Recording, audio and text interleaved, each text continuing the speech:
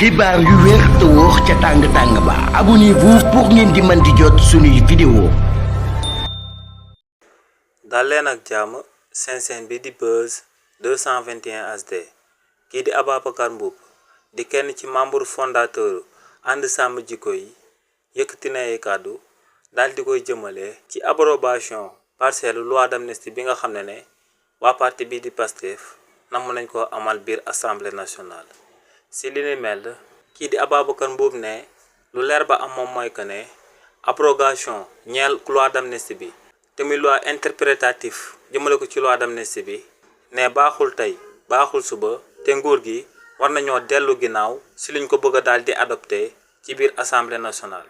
ne lu sabab lu tax mu wax li ni mel moom mooy que ne si abrogation partielle bi nga xam ne moom la waa parti bi di Pastef daal di proposé foofu dañ faa wax que ne ci événement politique yi daan am ci réewu Sénégal ci régime président Macky Sall te ñu dooree woon ci mars 2021 daal di jeexee ci février 2024 képp ku bokkoon ci manifestation yooyee te nga amoon akub motivation politique yoon du la si daal di toppee dara te ne lu leer ba am moom mooy que ne ñooñu noonu yoon bëgg a daal di setal ne ñooñee rek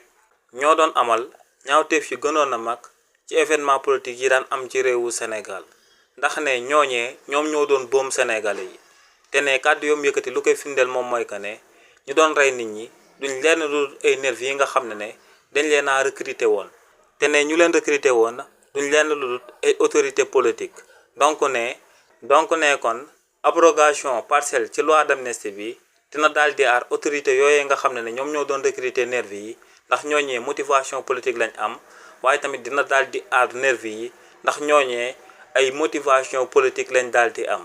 ginnaaw li ni mel tamit ne ñi nga xam ne ñoom ñoo doon dugg ci magasin Auchan yi di doon song tamit magasin sénégalais yi ne ñu ci bëri tamit ci ay parti politique lañ daal di bokk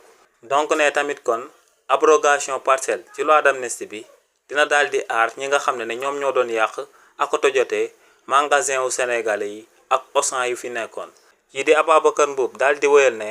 événement politique yi daan am ci réewu Sénégal